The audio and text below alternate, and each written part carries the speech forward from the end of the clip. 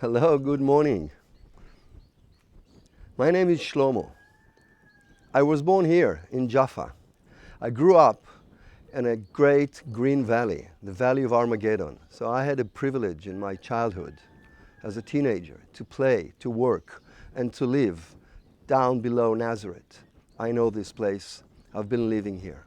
I know the language. I know exactly the tradition that Jesus lived 2,000 years ago. It's like I'm coming from the same heritage. I'm coming from the same history. We have the same holidays. We went to the same synagogues. I understand Jesus. Maybe not from the religious point of view, but definitely from the spiritual point of view. By the way, I said my name was Shlomo. Shlomo is the name of King Salomon in Hebrew. So this is my heritage, this is my background, and I'd like to go with you guys through a series of videos, visiting places and talking about the meaning of those stories in the New Testament in Jesus' life, and check and find how it is related to me, to you, to our lives. This is like the beginning. Should I continue? Okay. Scholars usually divide Jesus' life into three parts. Actually more, but for us simple people, three parts. The first part of Jesus' life is the longest one, about 30 years. It's called the unknown part. Jesus was born in Bethlehem, as you remember, and he grew up in Nazareth, not far from here, on the mountain. His childhood was very interesting, but we'll leave that for another chapter. So 30 years of unknown, because we have very little information, at least in the New Testament. We can check and look in other books, in proto-gospels, etc., but we don't have a lot of information about Jesus in the New Testament. The second part of Jesus' life is about 2-3 years in the Galilee. This is the public life. This is when he's becoming known. This is the time that he is performing all the miracles, starting in Cana with the wine and water and wine, and the rest of it around the Sea of Galilee. This is the part that he finds human beings to follow him. I will make you fishers of men. This is the part he's becoming well known all over, in this part of the world and outside. The third part of Jesus' life is 1 week in Jerusalem. From Palm Sunday, coming down the Mount of Olives towards Jerusalem, until the Sunday that his body was not found in the tomb. So we're talking about 30 years, 3 years public life, and 1 week in Jerusalem. So what's the whole deal about the mountain behind me? Mount Tabor in Hebrew, or the Mount of Transfiguration, as you know it, guys. We're talking about a very strong experience that the disciples went through. Let me remind you, some of them left their families. Some of them left home. Jesus encouraged them. Leave your parents, leave your families behind, follow me. And the chosen ones, the lucky ones, the privileged ones, really left everything behind and stuck to Jesus, lived with him, walked with him, listened to him, and had a lot of transformations. One of those moments is right here on Mount Tabor. Jesus and 3 of his disciples walk up to the top of the mountain, and suddenly they look at him and they see his face change, clothing, everything became white. There was a halo of white around him. And more than that, they had Moses on one side of him and Prophet Elijah on the other side. Moses and Prophet Elijah, Jewish leadership, top leadership ever in history, prophecy, are actually giving the disciples the, if you want, like the battery charger. Yes, you chose the right thing. Yes, this is the man. Yes, this is the moment. Now you're ready to go to Jerusalem. So we are now talking about this very little gap between the second part and the third part of Jesus' life. After 3 years of following Jesus, and you know what? Let me tell you the truth. It was not easy for some of them. Not at all easy for some of them. You know, you're following him, and you listen to his preaching, and you see miracles, yes, every once in a while. You say, hey, yeah, did you see that? It's amazing, he's the one. But you have those doubts inside, and I'm talking to each and every one of us. Don't we all have some doubts? Yeah, we chose the woman, we chose the man, we got married, we chose the priest or the reverend, we chose the church or the denomination that we belong to. We chose the group, the social group, the city, the town, the philosophical way that we chose. And sometimes we have doubts. Sometimes we're not sure. Maybe, who knows? Sometimes it doesn't work. We follow a lot of gurus. We go to movies. We read books. And sometimes it seems that it is not the one. It's not the way. Maybe we were wrong. Maybe the whole way we did is not the way. How can we tell? Jesus' disciples were lucky because they go up to the mountain and they get that proof from God and from Moses and Elijah. You know, like leadership and prophecy are giving the stamp in Jesus' visa or passport. Yes, you can go to Jerusalem. Jerusalem is not easy. It's not the Galilee.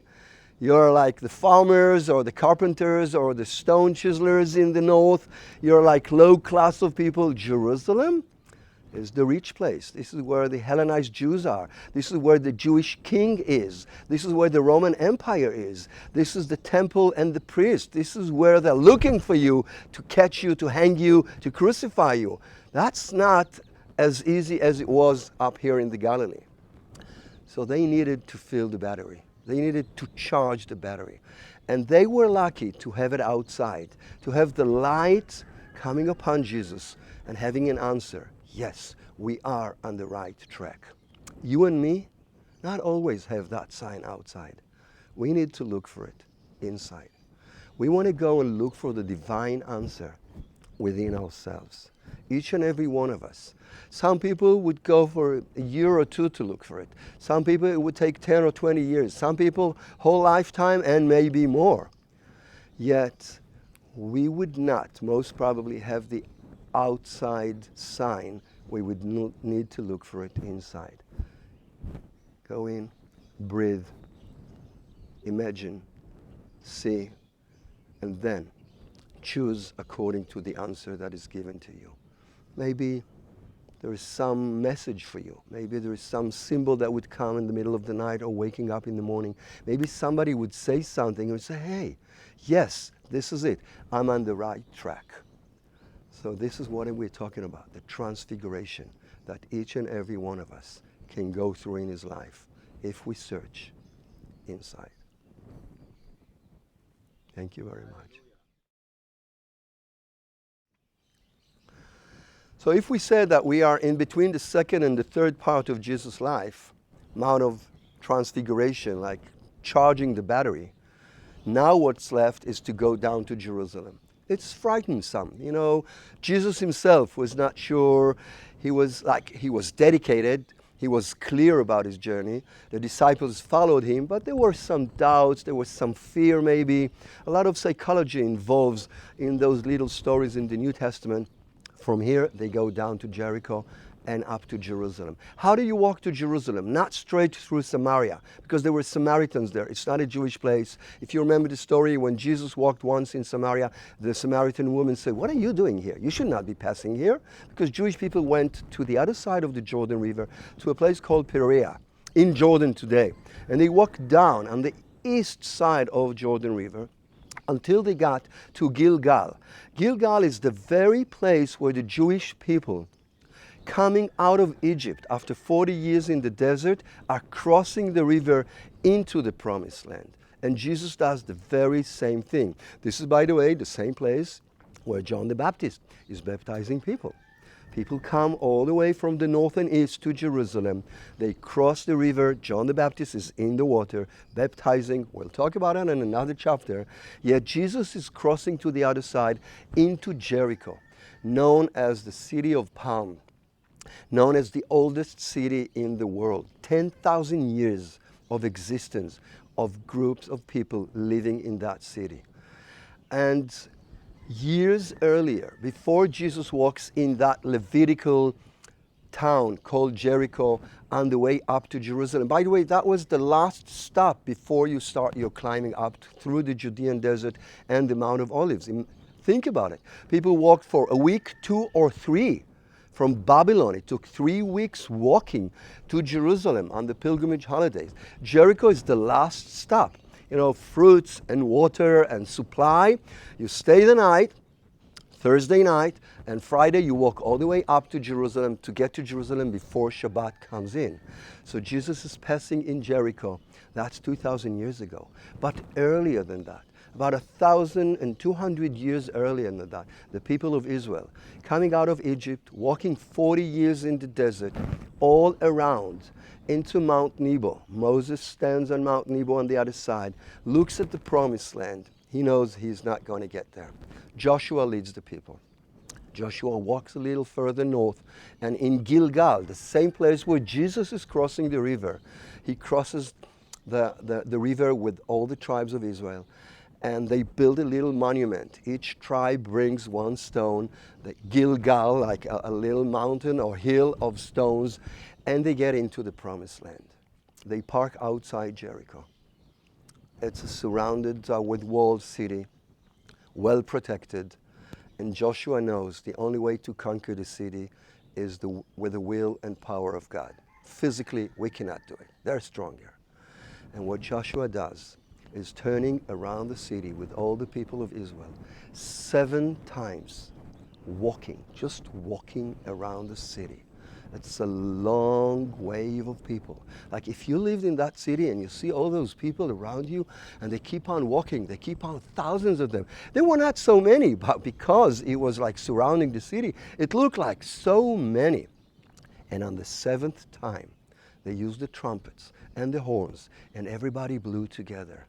Imagine, with the power of God, that noise broke down the walls. And the walls of Jericho came tumbling down. See the connection between Jesus walking the same way, crossing the river at the same spot, and getting into Jericho as the last supply before he gets to Jerusalem. And Joshua is conquering Jericho as the first city in the promised land. Thank you.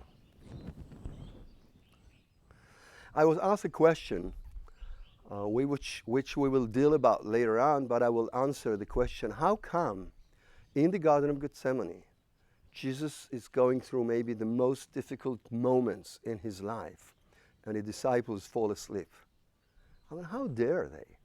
How can you allow yourself, Jesus that you followed for so long, your master, your Messiah, Jesus is going through the most difficult moments ever. He's under a terrible psychological, physical pressure. He's sweating blood, and you allow yourself fall asleep?